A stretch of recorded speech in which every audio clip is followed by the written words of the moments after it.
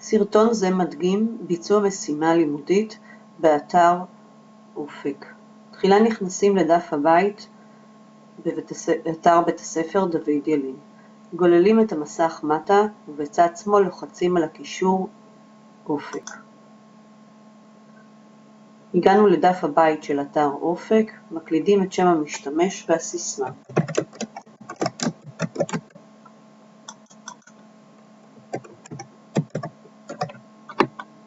ולוחצים על כניסה למערכת.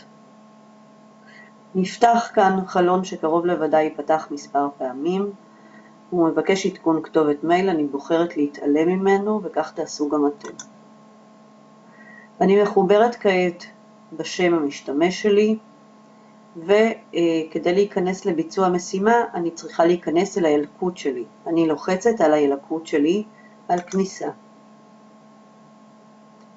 הגעתי לילקוט שלי, הילקוט הדיגיטלי אופק, כאן, ויש לפניי מידע כללי, כל המידע שמופיע כאן, הספרים שלי, המשימות, תמיכה ומשימות שלי להגיש בקרוב.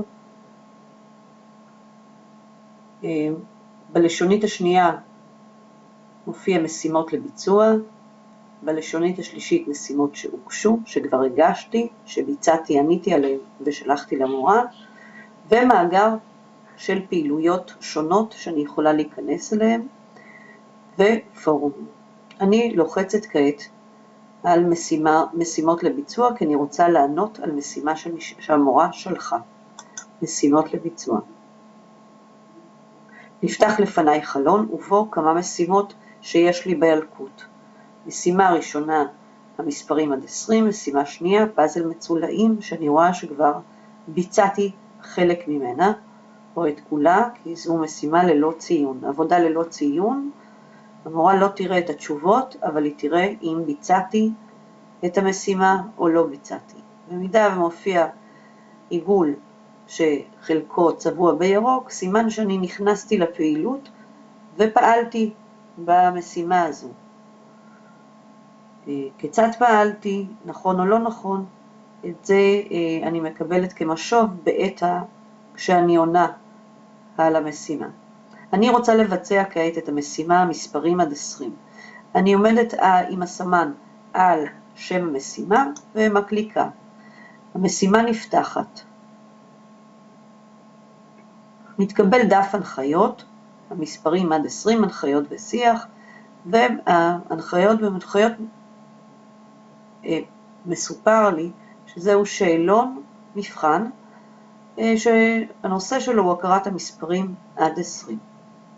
אני עוברת בין הדפים על ידי לחיצה על העיגול למטה כאן, ומופיעות לי לפניי שאלות שונות, אני עונה עליהן, כמה פירות יש בצלחת, כאן יש 5 פירות, אני מקלידה את התשובה שלי, וכאן יש 7 פירות, וכו' וכו', ואני ממשיכה לענות על השאלון הזה, עד שאני מגיעה לסיום.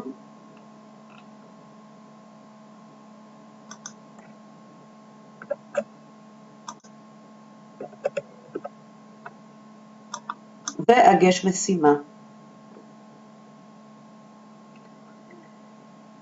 בהגשת המשימה מופיע חלון והוא מודיע לי עם סימן קריאה הזהרה שלא עניתי על השאלות האלו. אני יכולה, במידה ואני לא יודעת לענות על השאלות האלו, רצוי שאני אנסה שוב, ואני יכולה להוסיף כאן שאת הנושאים האלו בשאלות האלו לא ידעתי או לא הבנתי ומבקשת עזרה מהמורה וכדומה.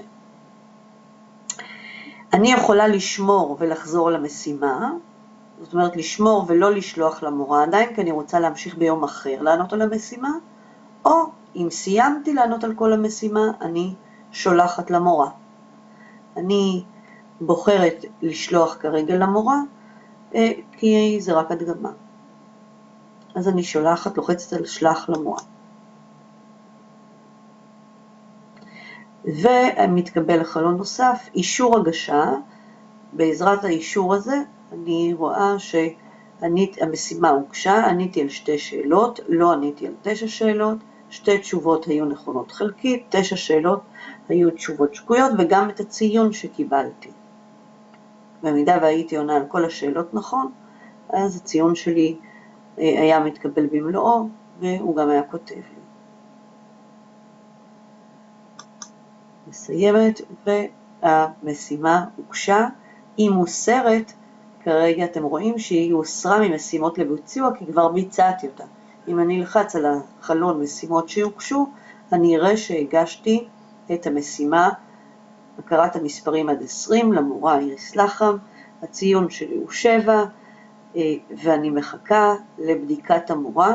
המורה יכולה להחזיר לי חזרה את השאלון לבדיקה או לתשובות שאני אענה שוב על השאלה.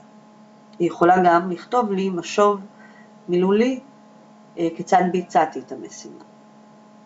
כך מבצעים משימה באופק.